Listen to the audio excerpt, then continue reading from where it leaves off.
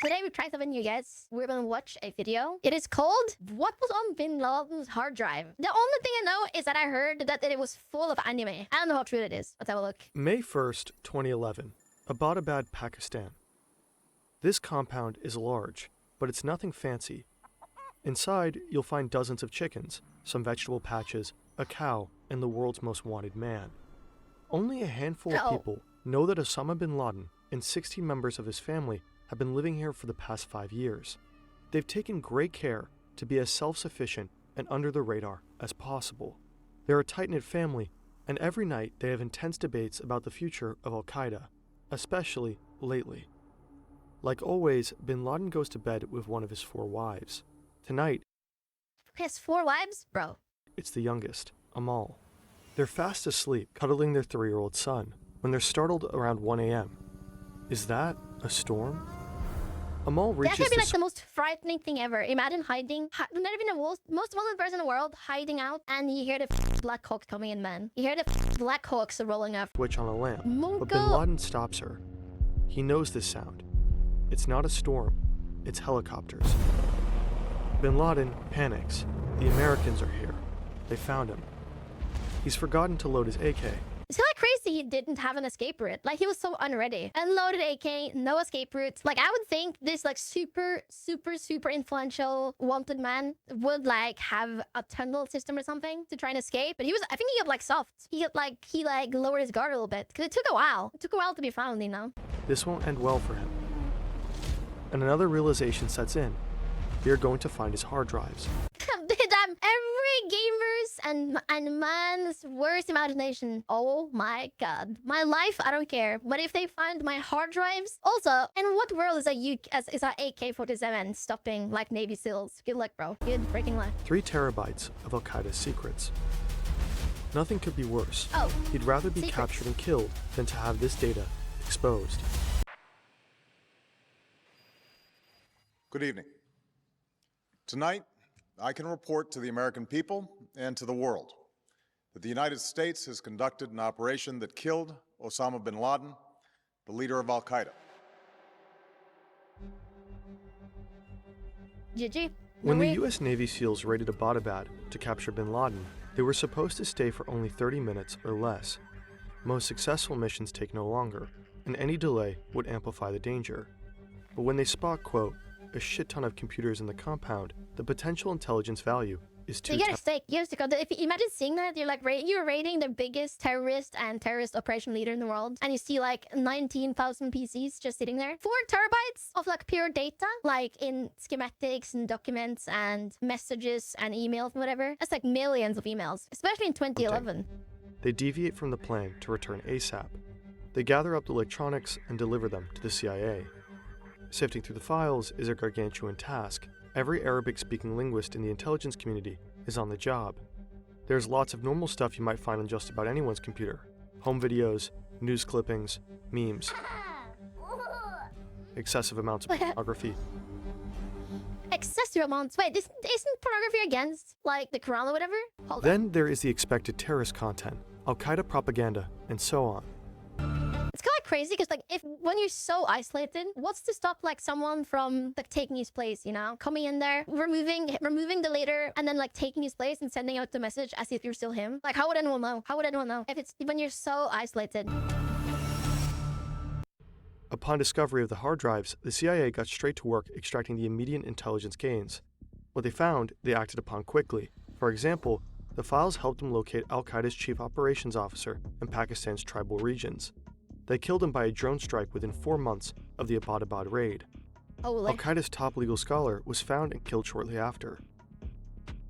But after these quick results, many of Al-Qaeda's secrets remain buried on these hard drives, coded in the countless letters. It would take years to grasp the content of all these communications, and help came from outside. How lucky were they that he didn't decrypt anything? Like, all of this data could be completely unreadable, completely useless if you just encrypted his hard drives. Like, he's a bit luckier. The CIA. And what I literally wanted that to do simple. was actually to chronicle Al-Qaeda's history post 9/11. And I wanted to do it through the letters. Not through secondary sources, but through the letters. This is Dr. Nellie Lahoud. She studies the evolving ideologies of Al-Qaeda and ISIS, and she led a team that analyzed and contextualized the contents of bin Laden's papers. which up until then was deeply misunderstood.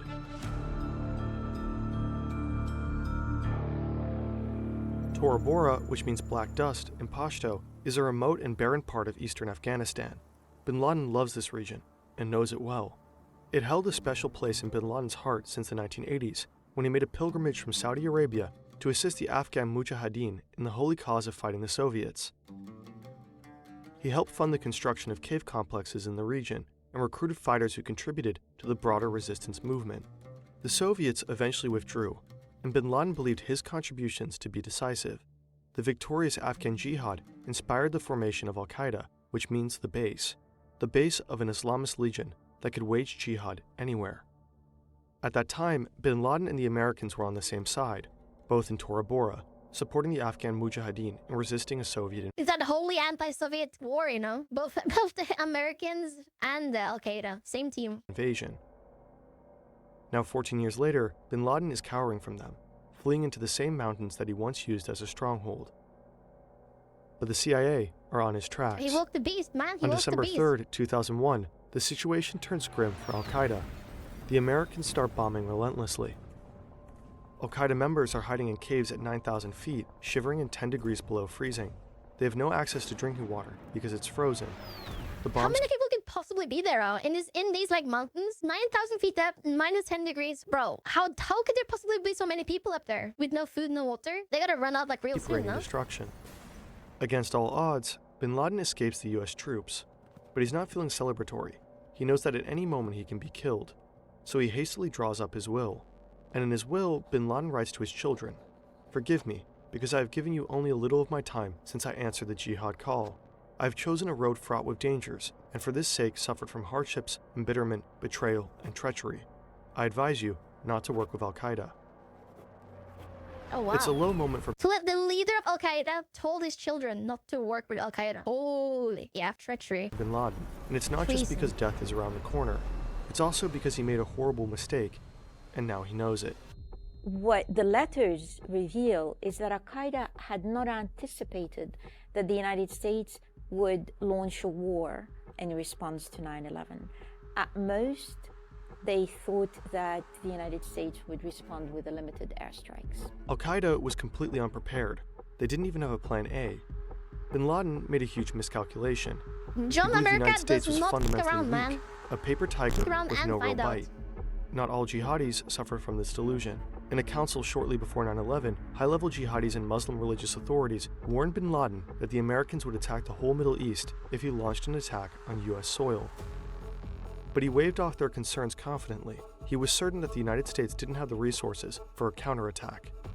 Bin Laden's stated purpose of 9/11 was to serve as a decisive blow to force the United States to withdraw its military forces from Muslim-majority countries. And this reminds me of freaking Pearl Harbor did. Like, let's just scare America away. Let's just attack them. They won't fight back. They're gonna back up. Two biggest mistakes in the history of war ever, I think, was Pearl Harbor and 2001 9/11. Well, quite the opposite happened. Not the play. Not the optimal play. Now Bin Laden had no choice but to acknowledge the true power of his sworn enemy. Several key Al-Qaeda members are already dead, captured or displaced into unfriendly countries. The Taliban, who has been aiding Al-Qaeda, has fallen rapidly, but it would take Bin Laden years to publicly admit his mistake. For their part, the United States also misunderstood the power of their enemy, but in their case, the opposite was true. They believed Al-Qaeda was far more powerful than it actually was. Yeah, kind of super splintered, kind of small groups with insurgents now. Like, they're not like a huge fighting force. It's just really, really, really hard to a decisive victory, you know? They're really hard to like completely make them surrender. Up until Bin Laden's death, Al-Qaeda was widely perceived to be the major player in the global jihadi landscape. 9/11 shocked the world, and it was assumed that only a very powerful network could harm the world's greatest superpower in such a devastating manner. Most people believed Al-Qaeda was still pulling the strings when it came to other Islamist terrorism. The Madrid and London bombings of 2004 and 2005 were falsely reported to have been orchestrated by the group. And for a while, Bin Laden fed that narrative, publicly cheering on jihadis and allowing people to believe that he was calling the shots. Al-Qaeda continued to release public statements, which allowed them to project strength that they did not have. They fed the illusion that the jihadi landscape was a united front. But the papers show that the post-9/11 reality looked quite different. So when bin Laden Fractured. disappeared from the scene, we learned that he stopped communicating with his associates for about 3 years. Now, he was watching the news, he was releasing public statements, but he had no knowledge about what was happening in the world of Al-Qaeda itself because he was hiding. So between 2004 all the way to 2011, all the letters make it absolutely clear that Al-Qaeda did not have the resources and did not have the personnel to mount international terrorism. Quote-unquote successful jihadis capable of international terrorism were in almost all cases operating independently of Al-Qaeda. From the outside, the movement appeared to be united under Al-Qaeda, but in reality, the network was riddled with internal divisions. Al-Qaeda was at constant odds with affiliate groups because of differing strategies, power struggles, and serious trust issues. Later letters show that much of Al-Qaeda's post-9/11 focus was on managing these tensions. In highly bureaucratic Al-Qaeda memos, you can tell that bin Laden's educational background is in business administration and not religious scripture. He's a hands-on boss with a tendency to micromanage, running Al-Qaeda like a failing company. He's preoccupied with the competition, with rebranding, with PR scandals, and with potential mergers. He's anxiously trying and failing to control the affiliate groups. He's afraid different strategies are tarnishing the Al-Qaeda brand. These groups ended up focusing their attention locally, and in the process, they mounted many indiscriminate attacks that saw many Muslim casualties, and this upset bin Laden deeply. Not Many, good for PR. if not probably all these attacks, were not authorized by bin Laden or the top leadership of Al-Qaeda. We find bin Laden and his associates. I feel like the top leadership of Al-Qaeda, they lost control of it, you know? They lost control. And like they would say orders and say stuff, order stuff, but they had like no system to make sure it was actually happening or followed or stopped. Remarkably, calling for less terrorism rather than more terrorism out of these groups. But this isn't to kind of paint them as being, peaceful makers. They wanted the attacks of all these groups to be targeting the United States. The United States' counterterrorism efforts didn't reflect any of this complexity. The Americans believed that Al-Qaeda was growing stronger by the day. They were fixated on Al-Qaeda as the main threat, pouring a huge amount of resources into finding bin Laden. And just after the 9/11 attacks, the Bush administration passed the authorization for the use of military force. This legislation allowed military force to be used against anyone considered to be associated with the attacks, without requiring explicit approval from Congress. If a jihadist could reasonably be linked with Al-Qaeda, then military activities in the region could be pursued more swiftly. Meanwhile, other, more threatening jihadi groups were growing in strength, outside the purview of the Americans' enormous military resources. As a result, in 2014, Al-Qaeda was overtaken by a rival jihadist group, a group that was formerly an offshoot. They had broken away, largely due to strategic disagreements. Is this ISIS? Bin Laden tried and failed to keep that group under control, but after a point, they simply stopped responding to his letters. That group is now known as ISIS. The letters reveal another fascinating delusion of bin Laden, Lost control. which helps explain why he was ultimately captured. How did they find them?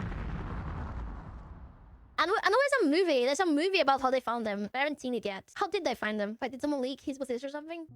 For nearly a decade, bin Laden has been on the run from the US. His entire life and the lives of his family members are focused on evading capture. It pains bin Laden that his family is stuck in hiding. The papers show that he's a caring family man who is intensely worried about the safety and well-being of his loved ones. He might be a mass murderer, but he reads his grandkids' stories every night. It's a tough life in isolation, but his careful security measures have kept him safe. At one point in 2010, bin Laden receives a letter that one of his couriers might have been captured. This would compromise everything. Uh-oh. But instead of really starting to pack his bag, he chose to stay where he did. Why? Bin Laden had a soft spot for his family. At that time, his wife, who was detained in Iran, as well as his son, were released, and they wanted to join him. So bin Laden's role as a kindly patriarch may have been the reason for his ultimate downfall. He was too wrapped up in his family matters to give the courier threat his full attention. This was edge a little But bit. there was another reason. something completely unexpected. A world historical event. Not he nor the world at large saw it coming. Suddenly, bin Laden's obsession with security took a backseat role because his attention shifted. In December 2010, a wave of uprising thunders throughout the Arab world. People are fed up with corruption, poverty, and authoritarianism. The Arab Spring sends shockwaves through the Middle East and the rest of the world. The initially peaceful protests turn deadly. Governments are overthrown. Civil wars erupt. At first, bin Laden is overjoyed that people are demanding the removal of corrupt dictators, which he and other jihadists have been advocating for years. Bin Laden sees a power vacuum, and he plans to fill it. He's long wanted to instigate regime changes in the Arab world. After all, that was the whole point of September 11. The United States was backing authoritarian regimes in Muslim-majority countries like Egypt and Saudi Arabia. The attack was meant to force them to retreat from the region. Then their puppet regimes in the Arab world would fall, and Al-Qaeda could swoop in and install Taliban-style utopias. And now the people are overthrowing these regimes themselves. What could be better? Bin Laden and his family are excitedly preparing their response. We know this from a handwritten family journal found during the Abbottabad raid. The journal recorded the conversations of bin Laden's family, leading up to the night before his death. Every day, they're having intense debates about how Al-Qaeda should navigate this new reality. There's just one problem. Al-Qaeda isn't exactly at the forefront of the protesters' demands. It seems that many people want democracy, and not a caliphate. And the situation keeps changing rapidly, so strategizing is tricky. How would you even transition from a most wanted terrorist leader in hiding with a small ragtag, I wouldn't say ragtag, but a fractured Al-Qaeda? How would you even use that to fill up our vacuum? That sounds like impossible. In his last few days, bin Laden relies a lot upon his two millennial daughters to formulate a stance. Maryam and Sumaya are 19 and 21 at the time. The journal reveals them to be sharp, passionate, and willing to challenge their father. They ask him the hard questions, like, is it possible that some among the new generation will believe that political change can occur without jihad? After all, the West intervened in support of overthrowing the Libyan dictator and seems generally in favor of the uprisings. Bin Laden is stumped. At points he is almost hopeless in his confusion, one day saying, "We cannot do anything except intensify our prayers." But his daughters push him to make a statement. The political moment is too important to waste.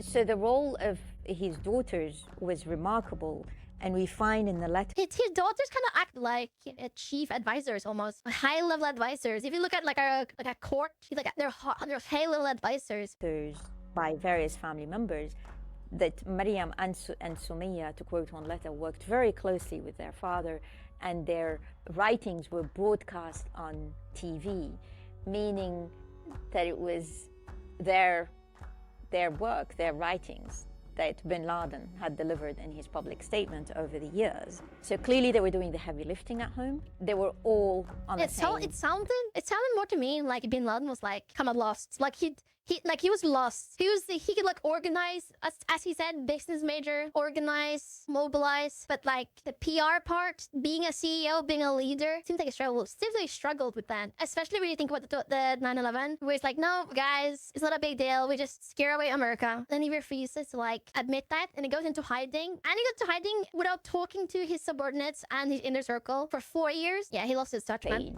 In terms of their loyalty to jihad, their commitment rather to the cause for which bin Laden had spent his life doing. It was a family affair.